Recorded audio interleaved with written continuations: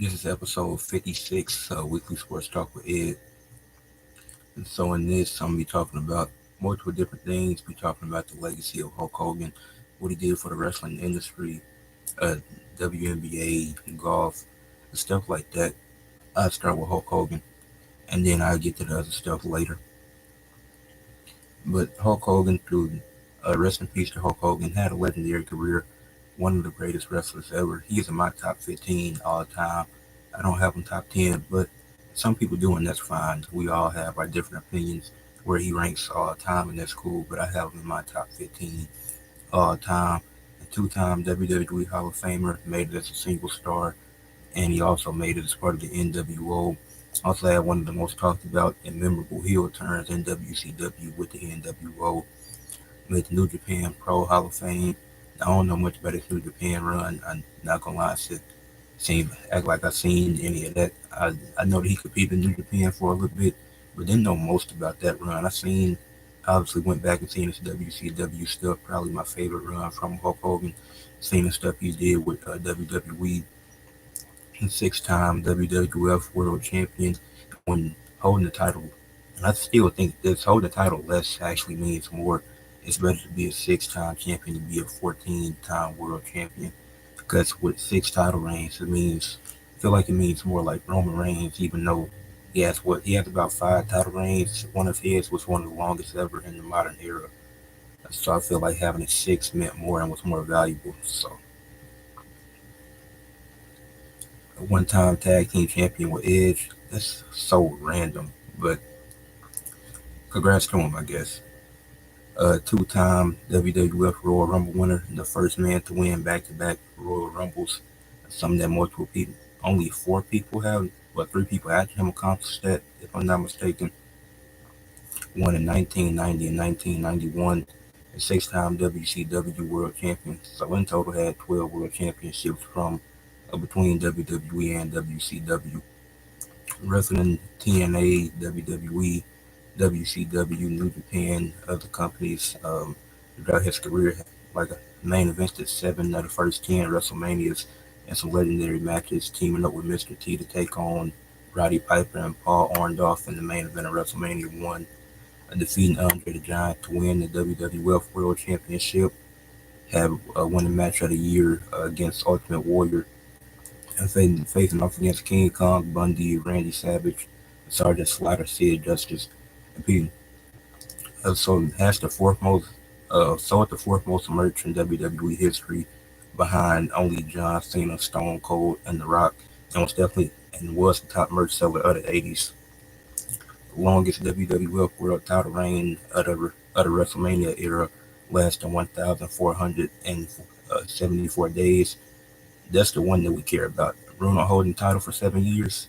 I'm not gonna get into that, but like I said, PWI Match of the Year winner four different times, and three of which were the main events: WrestleMania against Andre the Giant, against Ultimate Warrior, and WrestleMania 1 tag team main event, and WrestleMania 18 versus Rock. Yeah, legendary career, one of the greatest ever. R.I.P. to Hulk Hogan. I'm just talking about his career and him as a wrestler, but that's all I got to say as far as it goes for Hulk Hogan. But the next topic, the WNBA.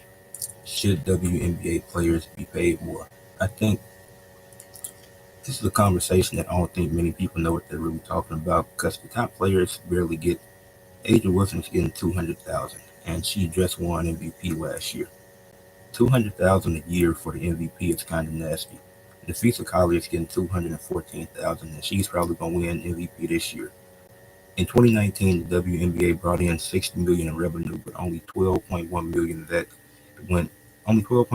of that went to the WNBA players. And even in the WNBA's 28-year history, they've yet to make profit. But in 2023, the league revenue reached 180 million, between 180 million to 200 million, and so it went up from 60 million, which they got in 2019. And the WNBA lost 50 million last year, and but the annual deal could rise up They have a 60 million annual deal that could rise up to 240 million post 2025. So I'm looking at it as the WNBA isn't making profit right now, but it's not going to stop the league because they still have the money to add expansion teams. They're going to be adding 3 or 4 more expansion teams soon. So at least I project they should be able to make profit by 2030. I could be wrong about that, but with everything they have going for them, one, because they have a amazing crop of talent in the league right now. So the more that it keeps rising, they just added the Golden State Valkyries this year, who's been having a very successful season, who's been one of the best teams. Well, not one of the best, but having one of the best teams that an expansion team could ask for. Their star player did go down with an injury in practice, so that sucks for them. But I think the league could be seeing profit by 2030. I think because they've made it 28 years without making any profit, so I don't see how that'll change. I don't see what could drastically change for them to just go out of business. So if they can go this long without making profit, they can definitely make it work. But the total team salary cap was 1.46 million in 2024, which was 17.52 million league wide. But I do think WNBA will make serious profit around 2030, somewhere around there. Because like it's a lot of women doing their thing, and I already made 2 videos, one about injuries, one about Caitlin Clark. They've obviously helped with the product, but it's other women helping as well. And I think the playoffs is gonna be fun. I'm excited for it. Um, like I said, the Valkyries with Kayla Thornton being out for the rest of the season, that's gonna suck for them. But they were able to get a win last night against the Dallas Wings, so they're still on pace to be the first ever expansion team to make the playoffs in their first season. They still got a chance to get it done. We'll see what happens to see how the season plays out. But yeah, I do project, at least I think by 2030 the WNBA could finally start making some profit. But they should be paid more because only getting 9% of the revenue is kind of nasty. But moving to the next topic, that's the WWE and TNA partnership.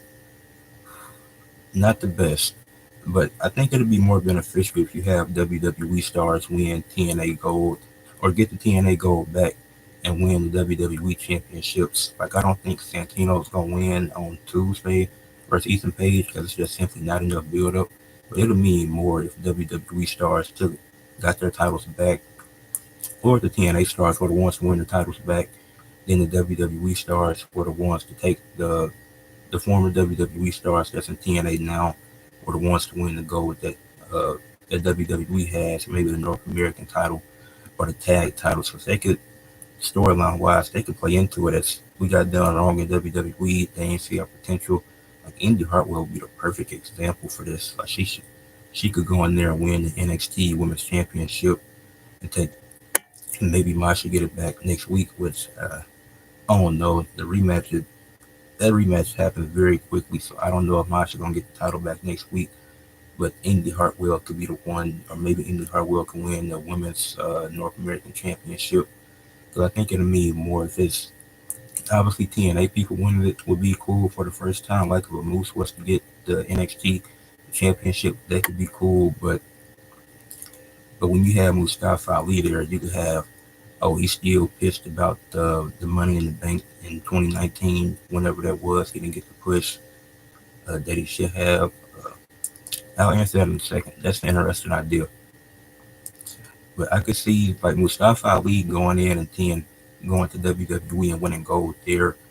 Or like I think TNA, now that they lost both of their world titles to NXT, they got to invade the mid card scene, take the North American titles, maybe take one of the tag titles. They got to do something like that. Joe Hendry heel turn? I don't know. I think that's an interesting idea because that feud with him and Frankie Kazarian isn't over yet. I feel the feud with Joe Hendry and Mike Santana, I feel like it's done. If anything, if Mike Santana gets another shot at the title, I get it because he didn't get pinned in the triple threat match. But now Joe, it depends on. Yeah, he is. I don't know if I see a heel turn. That's a good. I didn't even think about that. I wasn't thinking about the Joe Hendry heel turn. They could be interesting, but they would have to do it. If they do it, but do you turn Frankie Kazarian face, or do you just If Joe Hendry loses again to Frankie Kazarian, I could see them doing that because they need something new for Joe Hendry to do, and he could. I don't. I've never seen Joe Hendry as a heel, so I don't know how it'll work out. But I'd be interested in seeing how they could do it because they could test it out and see where it goes. I'm not opposed to Joe Hendry turning heel. That'd be that's a good idea. I think it could work if he loses to Frankie Kazarian again. Yeah, I do like his promos. Yeah, that's a good idea. I ain't even think about that. He could. I'm just trying to see what would be the best time for him to do it. Is it do you pull the trigger now or do you wait till um, Bound for Glory since that's gonna be the since Bound for Glory is one of the biggest pay per views of the year? Do you do the turn there and what? Because I'm trying to see what story do you put him in for him to turn? Because it can't be anything with NXT because they got to get the titles back. Yeah, I could see him turning that Bound for Glory. I'm just trying to see what story he could. Because I think him and Frankie Kazarian gonna have another match, or they could do a double turn. But with Frankie Kazarian costing TNA the world title, I don't know how you can make him a believable babyface in that story. I'm gonna have to think about that. But back to what I was saying, yeah, TNA got to invade the mid card scene now. I think that's the most logical way for this partnership to work. If they don't pull the trigger on that, then I don't see how it's gonna work because they got to get one of the NXT titles. It don't even got to be the world title, but somebody in TNA, whether that's Indy Hartwell, Mustafa Ali, maybe even pull the trigger on Tessa Blanchard and let her win a title because she gonna get the heat. So, but preferably somebody that was in WWE aside from Jakar Jackson or Mara Sade, whatever you want to call her, because she just got there, so I don't see that being realistic.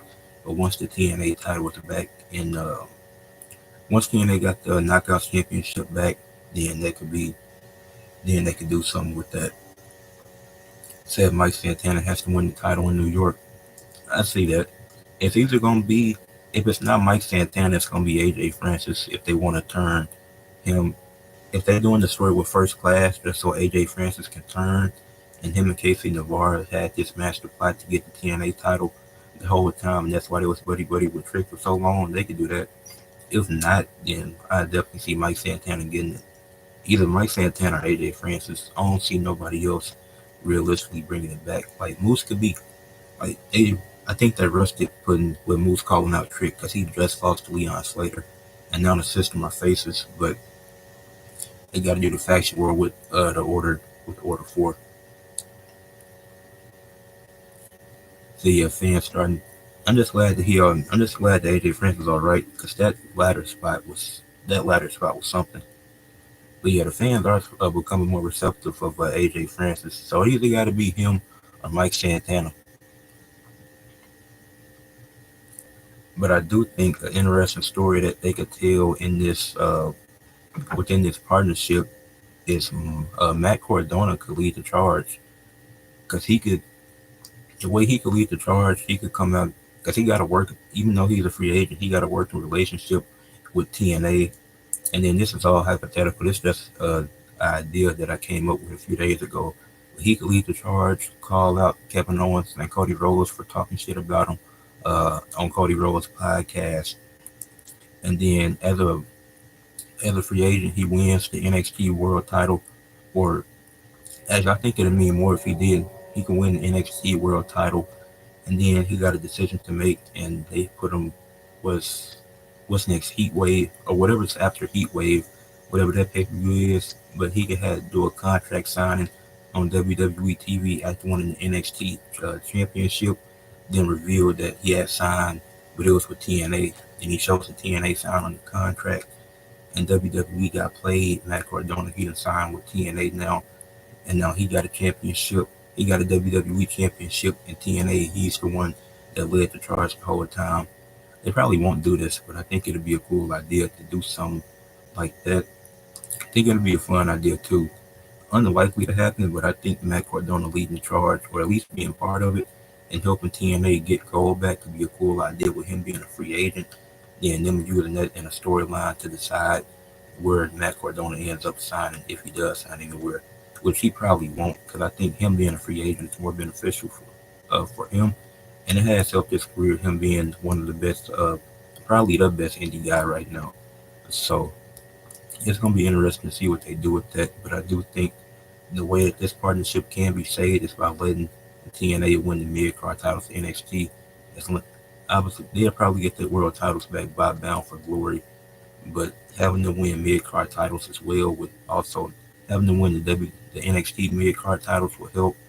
Santino Marella probably isn't doing it on Tuesday. Like I said, I don't think it's enough build for that to happen. But we'll see. We'll see what happens with that. We'll see what happens on Tuesday and how Ethan Page retains the title. Because I think he's definitely going to retain. I just want to see how he retains the title on Tuesday. Then let's see. Yeah, I started watching cycling, and I don't even know how to. I started watching cycling, so I don't even know how to cover that because it's a cycling tournament going on in France right now, and they in stage 20 today. It's kind of a weird thing to cover. I'm still trying to figure out how to navigate that. But moving on to moving on to some baseball in the American League, it's three teams with 60 wins. The Blue Jays are 62-42. The Tigers are 60-45, and the Astros are 60-40. And the one thing that they all have in common is that they're all pretty average on the road. I mean, the Blue Jays are 25-25 on the road. The Tigers are 28-25 on the road, and the Astros are 27-23.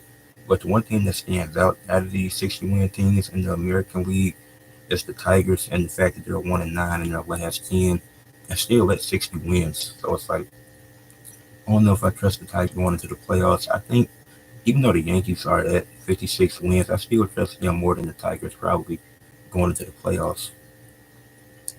And then the Blue Jays, they're 7-3 in their last 10, have the best home record in the American League. Yeah, they got the best home record in the American League. So then, but out of those 360-win teams, I think then the Astros, they just lost. I forget who the Astros just lost the game for them. Yeah, they lost the game to the Athletics, which was interesting because what's good, D-Walk? Who did the Astros? Yeah, the Astros lost to the Athletics in what was one of the weirdest games of the season. The Astros won. Now the Athletics won 15-3, having 40 wins on the season at this point, and the Athletics rookie, Nick Kurtz, he was at bat 6 times, had 6 runs, 6 hits, 8 RBIs, and 4 home runs. One of the greatest games for a rookie in MLB history, in a 15-3 win. And the Athletics have been terrible this season. Like I said, just 43 wins on the year. The Astros at 60 wins. And this is not a good way to build momentum. Losing to a team that's been this bad this season with being 20 games under 500, or 19 now after the win last night. Then Nick Kurtz had one of the greatest rookie games of all time. Like I said, being at bat 6 times and getting hits on all 6 of them, had 6 runs, 8 RBIs, and 4 home runs. That's one of the most elite performances I've ever seen. So I'm very surprised to see the Astros lose that game. They play again later at 6:10 today. But yeah, I do think the Blue Jays are the best out of those three teams. Out of the Blue Jays, Tigers, and Astros, I probably have the most faith in the Blue Jays going into the playoffs because they'll probably have. Because with them having the best home record, I don't see them in a playoff setting. I don't see this team losing at home, and I don't see many series with them going too far. I think the Yankees are a good competition for them. I think they might be the only team that can stop them, but I don't see the Tigers doing it. I think even with the Tigers having 60 wins, not a good road team. They're 3 games over 5, and none of these teams that I mentioned are good on the road. But 1-9 in their last 10, so this is probably the worst time to have a stretch like that. They're still 9 games ahead in their division, and they're playing in the weakest division in the American League Central, because the second best team is the Guardians, who's 51-51, Well, I expected the Guardians to be a lot better than this. Very disappointed with how the Guardians have played this season. Got the Royals at 50 and 53, the Twins at 50 and 53 as well.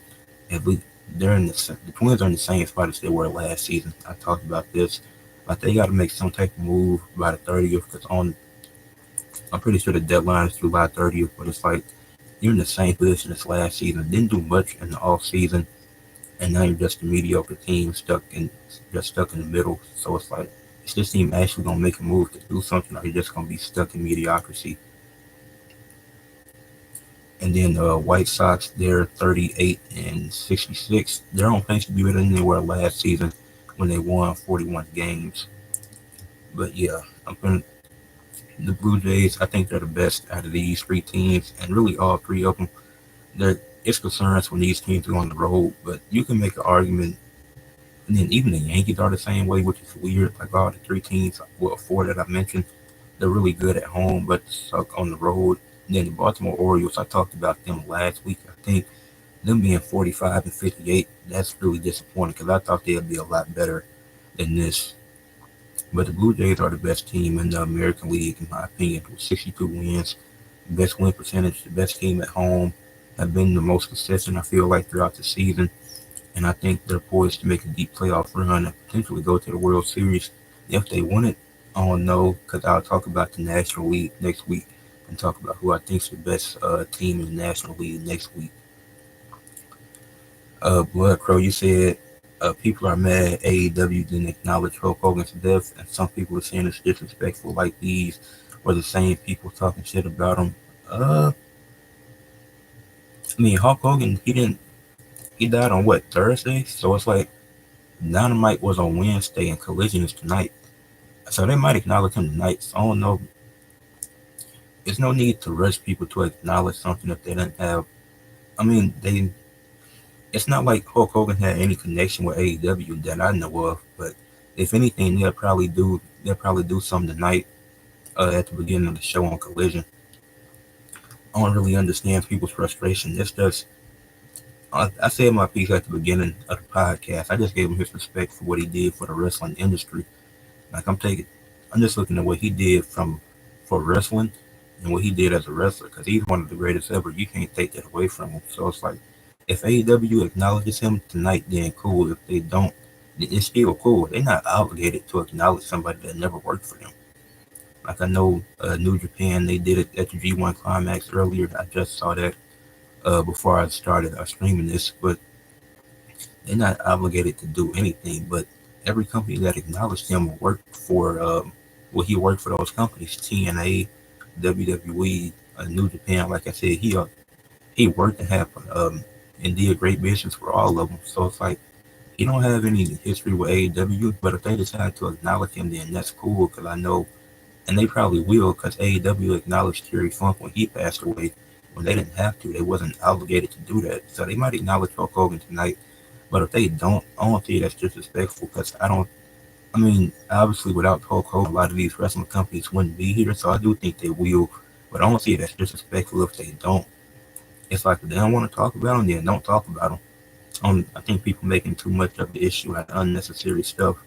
Say R.I.P. Give your respect to him as a wrestler and move on. If you don't like him as a person, that's cool. If you don't like him as a person, that's cool. That's everybody got their reasons for liking or disliking somebody. It said where are the trios titles? The Ops got the trios titles. What's good, Alex? Yeah, the Ops are the trios champions. It's Samoa Joe, Powerhouse Hobbs, and Shibata.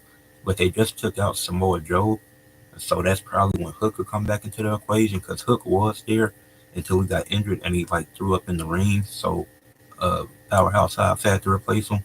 So now that they took Samoa Joe out, Hook is probably gonna replace him. It's They should have gave it. I think it's who they really should let Ricochet and the Gates of Agony win them.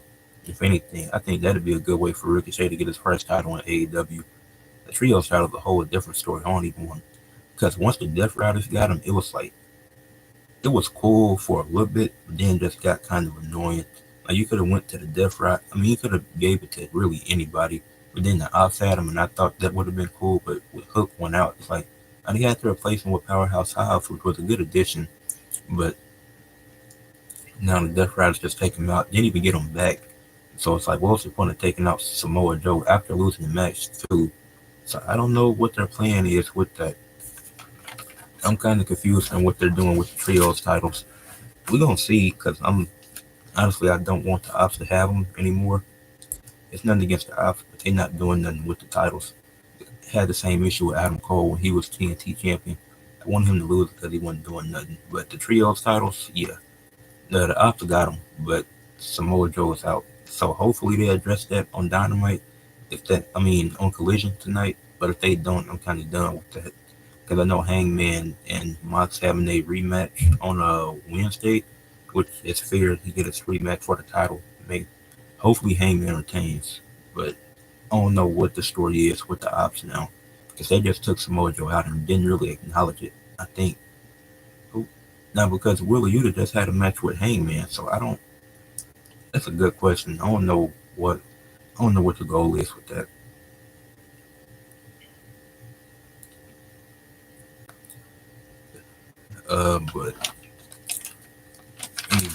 But moving on to the next thing.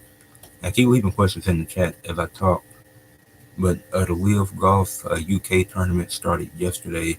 It's like, yeah, the top Adrian Baronk finished first. Well, he finished first after round one at a -6, and he was tied with Joaquin Neiman. Brandon Grace also had a -6. Bubba Watson and Carlos Ortiz -5, finished tied for fourth and fifth place. Then the bottom five was Abraham Lahiri, who had a +5, Chief Holy, who had a +4, Dustin Johnson he was like a +3, and I was disappointed because Dustin Johnson, I don't think he'd have won the tournament this year, but he'd had some cool highlights. So seeing him being the 52nd ranked after round one, it's kind of like got a long way to climb up even after just one round. Kevin Na was at a +2. McDowell was at a +1. McDowell had a really good showing earlier in some of the earlier tournaments as well. So it's like, I mean, he isn't the worst score. I mean, +1 isn't terrible, but it's still a ways to climb going into round two later today.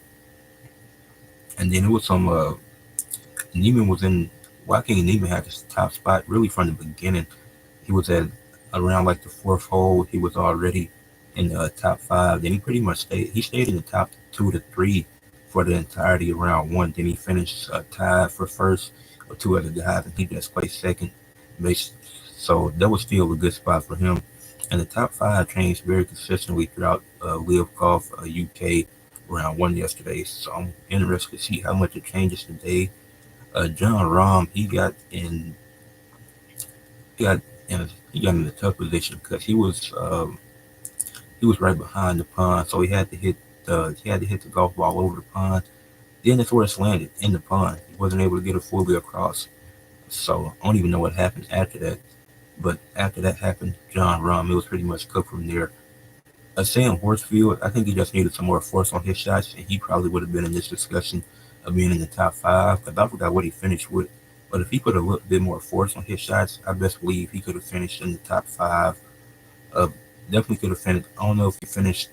He was in around like 15 to 20, but he could have finished top 10, top five with a little bit more force in his shots. Mickelson, he had a few rough landings throughout the tournament, but that's pretty much it for that. Like I said, Adrian Meronk, he finished at the top spot, tied with Joaquin Neiman and Brandon Grace. They all had a -6, tied for the top three. We'll see who breaks away later today, and I'll either make a short on it or, I mean, I'm definitely talking about it next week again. But yeah, and then for athletes of the week for the last segment, for the MLB, I went with, even though that phenomenal game that Nick actually, that I got to go back to that game because that was something special. I got to, because it was gonna be somebody else, but I changed my mind, and I'm gonna give athlete of the week for the MLB to Nick Kurtz. 6 at bats, 6 runs, 6 hits, 8 RBIs, and 4 home runs in a 15-3 win over the Astros. The Athletics win their 43rd game of the year, and that's probably one of the greatest streaks performances in MLB history. For the WNBA, I'm gonna go in the Fisa Collier for this week. Had the most points ever in the WNBA All-Star game with 36, shooting 13 to 20, 16 from the field, and her team won by 20 points. Then after All-Star break, the Lynx went 2-0 this week um, against with a win against the Chicago Sky and the Las Vegas Aces. Put up 19 points, 8 rebounds, 4 assists, 1 steal, and 4 blocks on 8 to 16 from the field and 2 of 2 from the line versus the Chicago Sky in a 91 to 68 win. Then put up 25 points, 9 rebounds, 2 assists, 1 steal on 7 to 12 from the field, 1 or 2 from 3, a 10 to 13 from the free throw line, and a 109 to 78 victory against the Aces. So they win 2 games this week. And, now they're 22-4, still holding the best record in the W at the moment. For AEW, I went with Ricochet and the Gates of Agony. This new trio that they've formed together is really impressive. Because last week on Collision, Ricochet got a win over AR Fox in a fun match. The Gates of Agony won a fatal 4-way tag team match. And then the segment they had on Dynamite, really just sending a warning shot to the rest of the AEW locker room had me intrigued and excited to see where Ricochet and the Gates of Agony can go. For TNA, I went with Leon Slater. Huge victory at Slammiversary over Moose to become the youngest X Division champion in TNA history. And if I'm not mistaken, the youngest champion in general in TNA history. So that was a fun match he had with Moose, and I'm happy that he was able to get that moment. Forgot to write down my athlete of the week for WWE. I guess that tells you what type of week it was. But I go now. I gotta look through my notes to see what was intriguing about WWE this week, because nothing really. But I'll go with Obafemi for WWE. It's a triple threat match with Yoshiki Inamura and Josh Briggs was cool. Now he don't have anybody to face after that, but Obafemi, there was a great showing. Won a good triple threat match. I enjoyed it start to finish. Obafemi got the win and retained as he should have. Now, do I think Javon Evans is likely going to take the title from him? If Javon Evans is the end goal for him to get the title, I'm not mad at that. But it's not going to happen next week. They got to build it up a little bit longer. So I don't know who's taking it. I don't know who's next for Obafemi. We'll have to wait and see. But I wish there was more depth in the NXT locker room, because I truly don't know what's next. For cycling, I went with Thaman Arsman, climbed to first place to end stage 19. Stage 20 is going to be later today. Like I said, I truly have not mastered I really don't know how to break down cycling. Hopefully, I can figure that out within the next week and provide more coverage on it next week. But it's an experience, an interesting one, but a cool one. And people get injured in cycling, which I didn't even think about. But yeah, that happens. And then for golf, I went with Adrian Meronk. I could have went with any guy that finished in that top 3, but I just go with him since he placed first place after the end of round 1 with a -6. And we'll see who was able to pull away between the top 3 finishes of what was it was him. It was him, Joaquin Neiman, and Brandon Grace. So we'll see who was able to pull away between those 3 today. But leave a like on the. Make sure y'all leave a like on the screen. Comment if you're watching the playback to this. Subscribe to the channel if you're a new viewer. And once again, R.I.P to Hulk Hogan, and prayers up to his family.